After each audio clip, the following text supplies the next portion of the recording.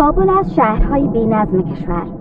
تغییر چهره شهر و آوردن نظم در پایتخت یکی از تعهدات رئیس جمهور بود و ظاهراً این کار در اولویت کار دولت نیز قرار داشت.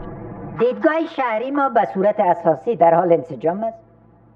در ماه‌های آینده امید است شاهد تغییر بسیار وسیع در شهر کابل در قسمت اول باشین.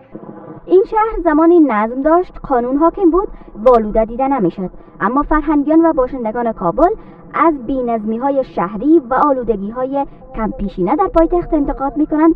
اگر ما این را به کشورهای همسایه خود به پایتخت‌های کشورهای منطقه مقایسه می‌کنیم، خجالت آور شده بالکل برای ما.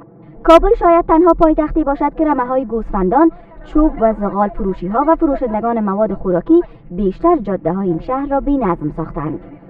مجبوری ما اینجا روز بگاه میکنیم، بگاه یک پیسه یک نان دو نان میگیریم میریم نفقه اولاد خود میکنیم. اینجا داخل سرای زورمندان خواش گرفتیم، اینجا مامه اینجا سودا کردن.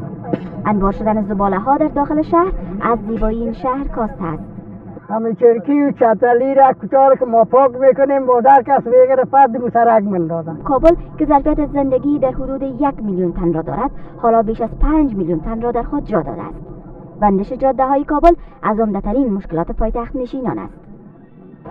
فعال شدن چراغ‌های ترافیکی در جاده‌ها به خاطر کاهش ازدحام ترافیکی است، اما دیده میشه که بسیاری از راننده‌ها سرخ شدن چراغ‌های ترافیکی در جاده را در نظر نمیگیرند و از جاده‌ها میگذرند که این باعث میشه بی‌نظمی در جاده‌های پایتخت به وجود بیاید.